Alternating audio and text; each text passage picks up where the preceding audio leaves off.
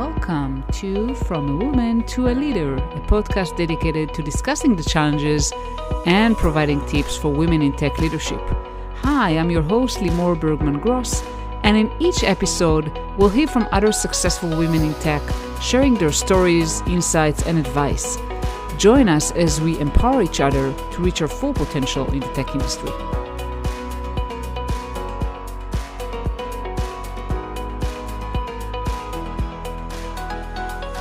Hi, everyone, and welcome to another episode of From a Woman to a Leader.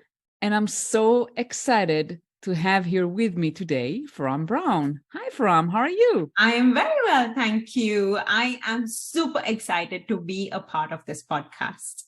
Thank you so much, Foram. And for those of you who don't know, Foram and I met about a few months ago, when I was working with Power to Fly, and we were looking for a VP of engineering because her specialty is actually helping companies hire executives.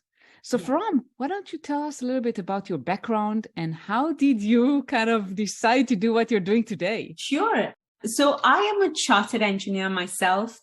I've got 17 years of experience in engineering leadership at Rolls-Royce and Bombardier. 2019, I was diagnosed with breast cancer, and that's when I really decided to pivot my career. I decided to become a matchmaker, marrying companies that are looking for executives and ladies that are out there, women, ethnic minority out there, wanting to either transition from their mid-career position into an executive position or looking for a change within their executive roles. So I decided to marry the two together, and I created my firm right now, which specializes in executive search for women and ethnic minority within engineering and leadership roles. This is wonderful. This is so important because we need more women in executive roles.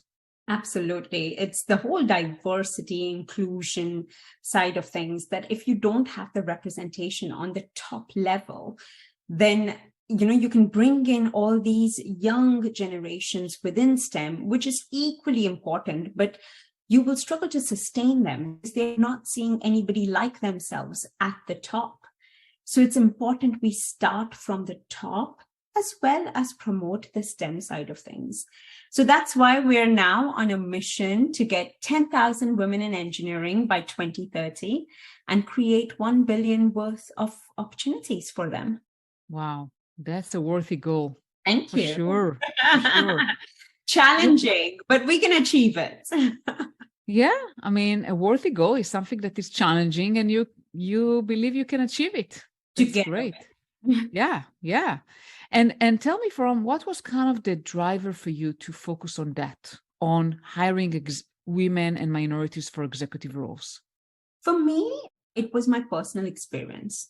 So there are two elements to it. As a hiring manager, I struggled to get diverse applicants put forward for the roles I was hiring for. So the result of that was, just because you will appreciate in engineering and technology, the engineers and leaders needed yesterday. So there's a lot of rush to get the people on board. And when you have a limited set of people in front of you and the pressure is there to deliver, you land up hiring from those set of people. So when I was in engineering leadership, I knew that there is an area over here that really needs more focus on. And as a female engineer myself of an ethnic minority, I am very much aware of the challenges and the barriers we face within a very male-dominated environment. So that's when I decided to marry the two together, because I know as a hiring manager what I'm looking at, what I need in my organization. And as a woman, I know where we all are, how to find us, how to really make each one of us aware of all the opportunities that are out there so that they can explore things that's just outside of where they are right now. Yeah, absolutely. And I know that we are few in general, and there are fewer and fewer executive women. Why do you think we have so few women in executive roles? I think one of the biggest thing is the misconception that there are very few of us, right? Now, that is true that when you compare to the amount of men out there, the ratio is obviously fewer than the men out there. But there are plenty of us out there. It's just majority of them are not looking. I always give myself as an example. I have got the experience you need, the mindset. I've got the brands behind me like Rolls-Royce, Bombardier. But yet you wouldn't have ever heard of me unless I was being present on social media. So I was busy having my own career, which was very nicely planned in front of me. I had the security that I needed. I was quite honestly trying to juggle family and career. I didn't have the time to look for opportunities outside. I didn't even know a lot of the times what types of roles were there outside because I was happy where I was.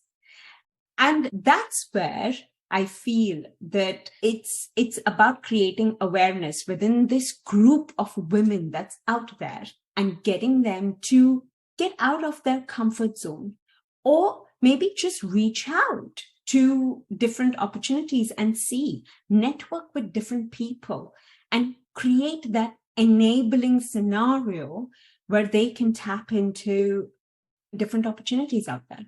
So, answer to your question, I feel that there is biases, whether it's conscious and unconscious, which sometimes stops us. And also, as women, we love perfectionism.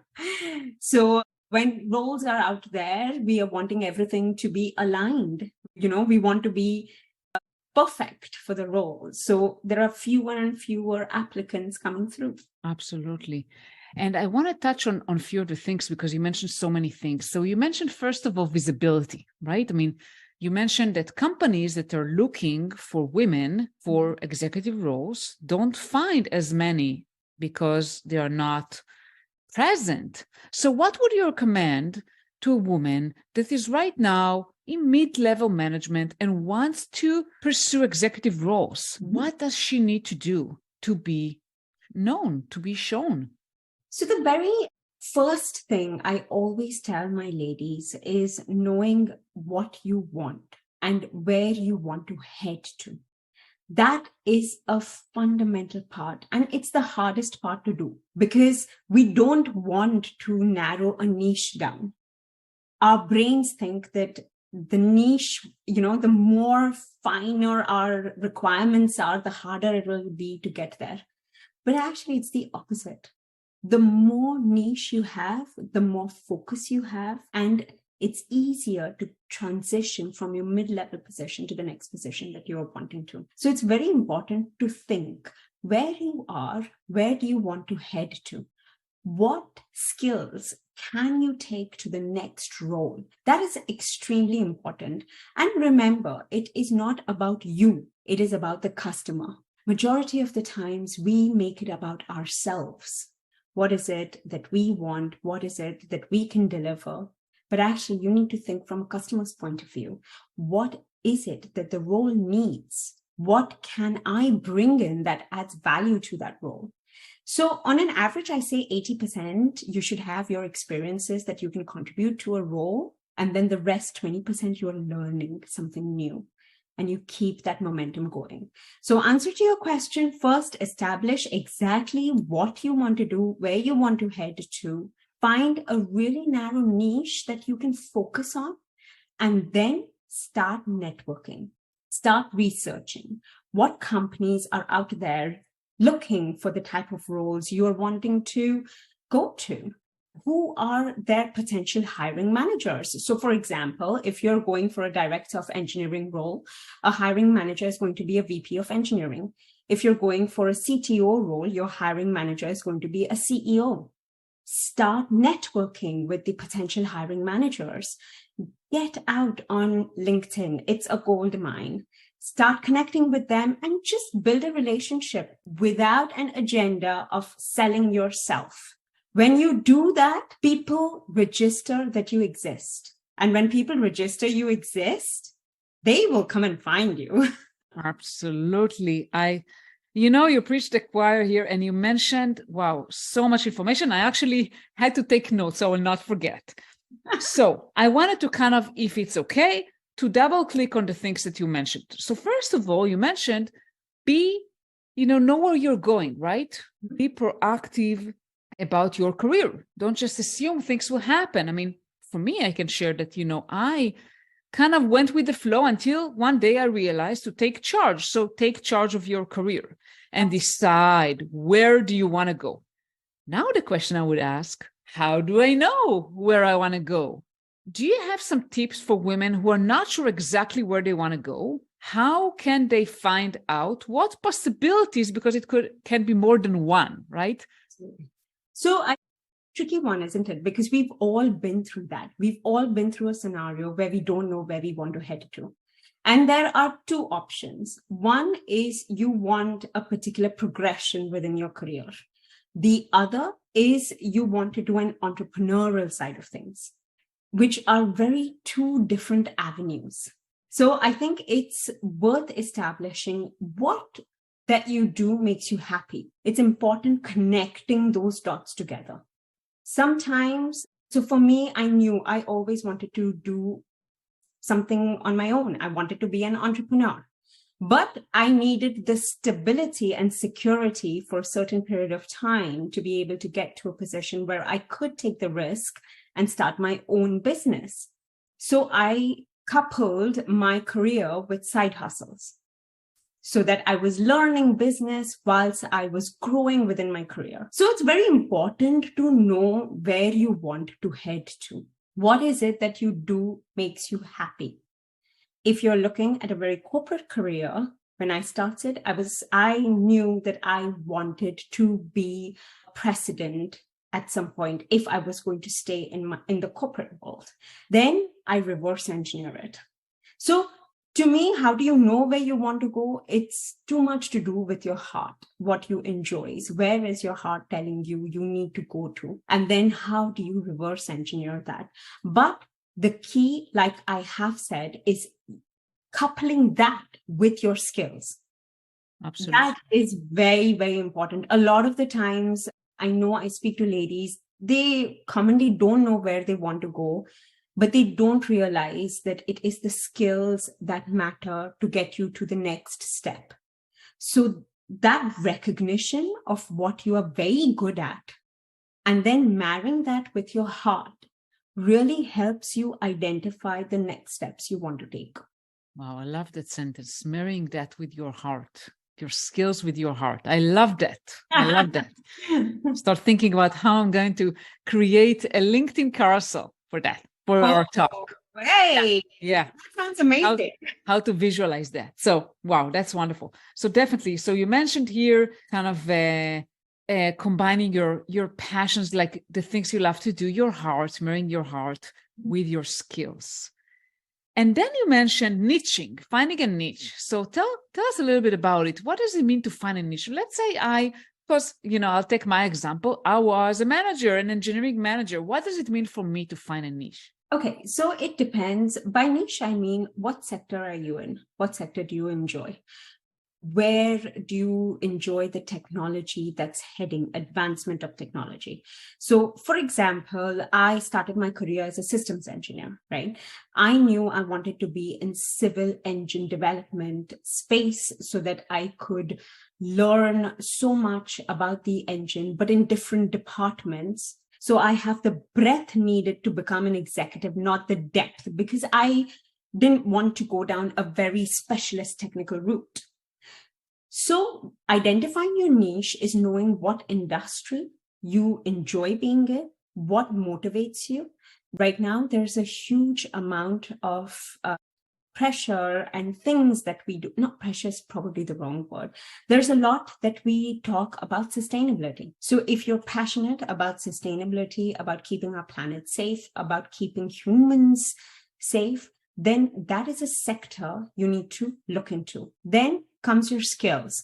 Are you an aerospace engineer? Are you a technology specialist? Are you a software embedded specialist? How do you marry those skills with the industry that you want? And then within that industry, what do you want? Where do you want to achieve to? So I know recently I placed a CTO in hydrogen specific aviation industry. Now that's a very specific niche, right? Somebody who knows about hydrogen, but is equally passionate about civil aviation. So that's extremely narrow, but that makes you recognized globally for what you do, and you enjoy doing what you do. When you become a manager, you are like a Nemo in an ocean, right? So if you're going from a manager to an engineering program manager, the pool is huge. The ocean is so big. How do you know what you want, where you want to get to? And that industry, where what you are passionate about, coupling all those little bits together will give you the niche. Yeah, absolutely. And I would even add, and it kind of relates to the next thing that I wanted to talk about, networking, is about going to different industry events, right? I mean, and getting your horizons broadened and hearing about things, right? Keeping yourself up to date with what's going on. Absolutely. And knowing where our industry is heading. So, for example, aviation, the next step is sustainable aviation. So we know the future is really, really good out there. So how do you gradually grow within something that you're passionate about, you enjoy doing, and is the future? Engineering program manager, go get a role within your department that's doing sustainability.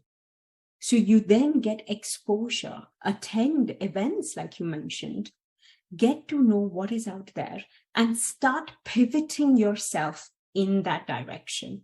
Something else that's really big out there right now is space. Space is huge. Robotics, artificial intelligence is massive. So these are the type of industries that there's a huge demand going forward, Start pivoting, start positioning yourself into these industries by getting to know what is out there. How do you couple that with your industry that you're in right now, but using your skills and strengths and learning? Wow, this is fantastic. Yeah, so helpful. Yeah, and definitely, I mean, I think that opening up your horizons is super, super important, because a lot of times you don't know what you don't know. Exactly. You don't know what is possible for you because you don't know what's out there. So definitely keeping yourself up to date. Like you mentioned AI, like, wow, this is like the next big thing and everyone is talking about it. But I also like to experiment with different tools and utilize it. I even utilize AI for my podcast.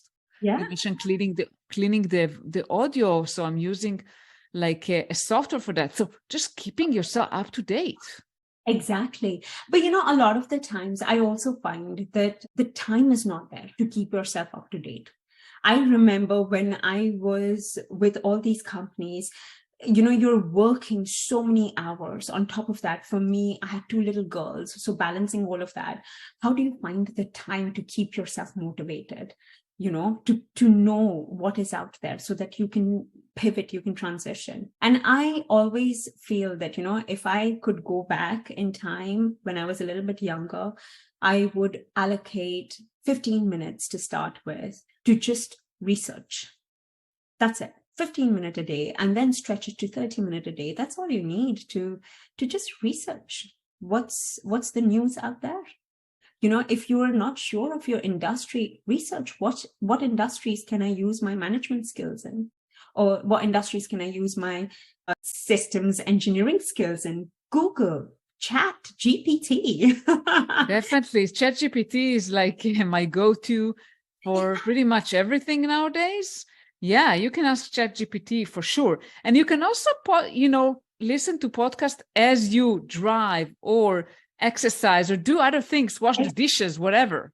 Yeah, absolutely. There's podcasts, there's audiobooks, there's, physical reading as well. All these things that I wish I had spared 15 minutes of my time to do that. And I know when you are in that position, you just feel like I don't even have 15 minutes. but it's important to create that time for yourself, because nobody is going to look after you apart from yourself. I agree. And I also want to tell all women out there with young children, I've been there. My kids are teenagers now, but I've been there. It's hard. Yes. You will miss that period of time where they actually wanted to spend time with you. At least that part, right? I mean, my kids now, they only reach out if they need something. But seriously, I mean, and taking time for yourself is so important. Absolutely. I almost find that when I take time out for myself, I'm a better version of me for them. Absolutely. Otherwise there's so much to do and the list is never ending. It never will end unless you make it end. It will never. I mean, tell me about it. Laundry piles and dishwashers, they go on and on my house. Oh, it's the same. And then you have the illnesses, you have everything to deal with, juggling, customer requirements and needs and running a business and doing everything. It will never end. But Yeah, it's so important to just take that time out. I agree. And I wanted to kind of go to the next thing that you mentioned. You mentioned about networking, right? Because eventually you want to be known. So if I'm very introverted, and I am, but I'm just kind of talking to some of our listeners, I'm a woman, I'm busy, and I want to meet new people, but I don't know how. I'm a bit maybe shy, intimidated. What would you recommend? So it's interesting, I always feel that there are two types, right? One is the extroverts, one is the introverts. Extroverts will not have a problem being present, vocalizing their feelings. Introverts find it difficult, or they're different. They prefer being in the, I don't know how to say it in a nice way, but they prefer being in the background, right? When you are, for me, when you are looking for an executive position or transition from mid manager to executive, you don't have to be out there. You don't have to be visible, right? Because think about it, majority of our hiring managers are silent. They're not the ones on LinkedIn commenting and, engaging with influencers and stuff. They're people that are watching. They're watching others. So whatever your personality is, it doesn't matter. You can still reach out to them. You can find them. You can reach out to them. And you can send a small note saying, I'm interested, or just something very simple saying, hi, I really enjoy what you're doing with your organization. I would love to connect with you and get to know you a little bit better. That's it. And then you're making it a little bit personalized. You're having a soft introduction, and then you're starting your conversation. So your crucial area is your messaging, whether you're on Twitter or you're on LinkedIn. Instagram, less so for something like this, but I might be completely wrong. Your gold mine is the messaging area. How do you find them now? Once you have a niche, it's very easy because you know exactly what you're targeting. You know what industries you need to reach out to. Again, Google, ChatGPT, find out what are the industries in the area you're in. If you're willing to relocate, you have the entire country to look for companies that might interest you. It's all research, it's all data. And the more data you know, the more people you have to connect with. And once you have that list, you start finding, who is the EVP in this area? Who is the CEO? Don't feel like, oh my God, I can't reach out to a chief operating officer because what are they going to think? I used to feel that, the only thing to remember is they are a human. They are just like you. They have families and they are probably stressed out with work just like you are, So just treat it as a human to human connection. Forget the job titles. Just use the job titles to find them. Absolutely. By the way, how do you reach out to them? Let's say I found someone I'm not connected to on LinkedIn. Do you just send them a connection request with a message, or what do you do usually? Just, You just send them a connection request with a message, but try and find some sort of commonality, right? So when you look at their profile, look at the industries they've been in. You might have a CEO who has worked for big companies or smaller companies like Virgin Galactic, Blue Origin, Lockheed Martin, Rolls-Royce. If there is commonality, great. Introduce yourself with some commonality to say, oh, we both worked at Rolls-Royce. What a small world. I'd love to connect with you. So you immediately are creating a little bit of familiarity with the opposite person. If you've got nothing in common and you don't know what to write, just make it very simple. Hi, I really enjoy what you're doing with this company. Would love to connect. I hope you're having a good week so far. ? And your name. Just something so simple, because everyone out there is trying to sell. The last thing you want to do is sell. Absolutely, yeah. And I think that the most annoying thing is that when people reach out to you and want to connect, and immediately after you accepted the connection request, they send you some kind of solicitation. Don't do that.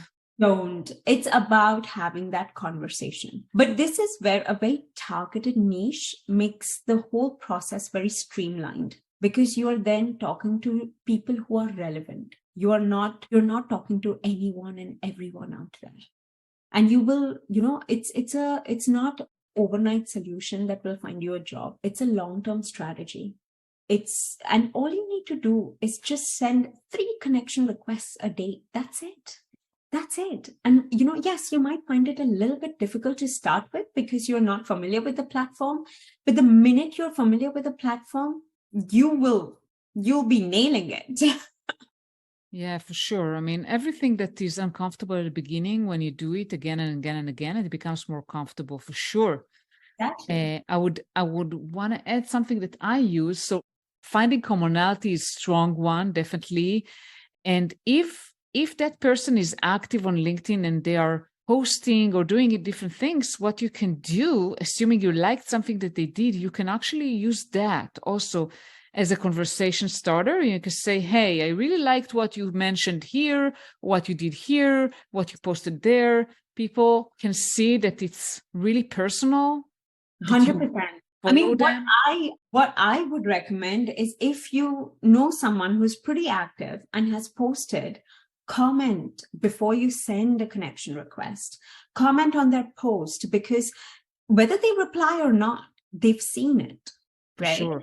And then they've registered your name. So when you then send a connection request, they know that you supported them. And it makes the probability of them accepting your connection and communicating with you a lot easier, a lot higher.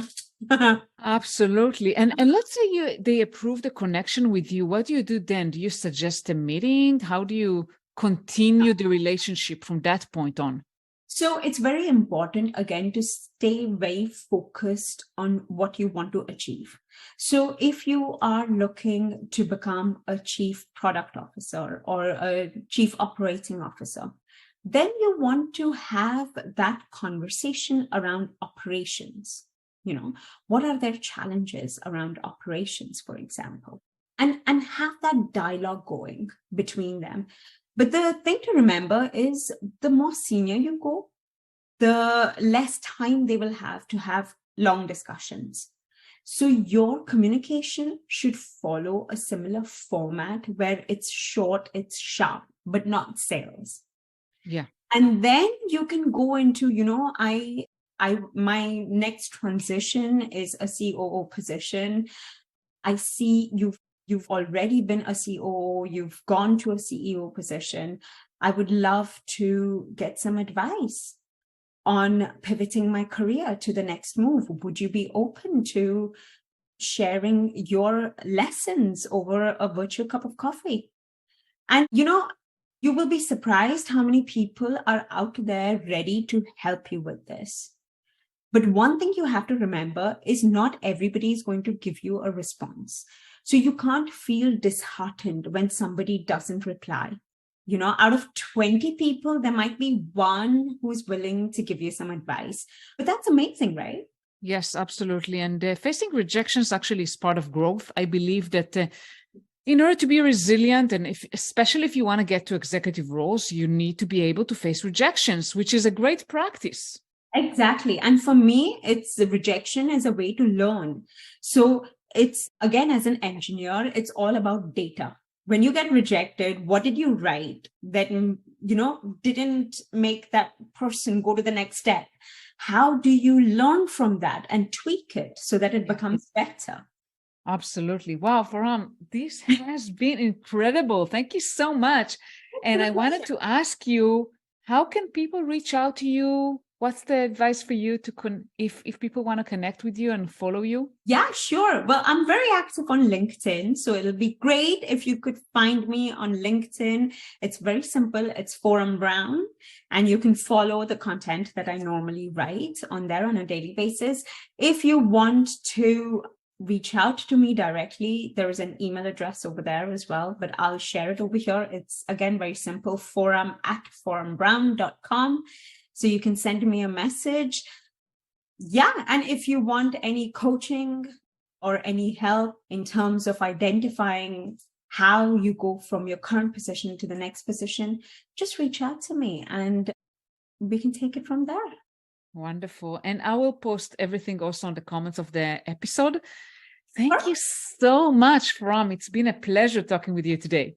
Oh, thank you so much for having me. And I'm so excited about what you're doing with this podcast. It's so important that we share all the things we're learning so that we can expedite this whole process of being more gender balanced. Absolutely.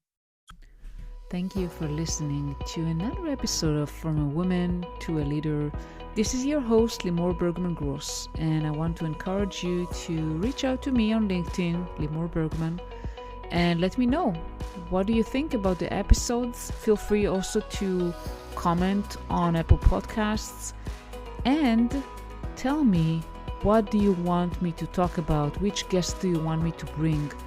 I really appreciate that, and have a wonderful day.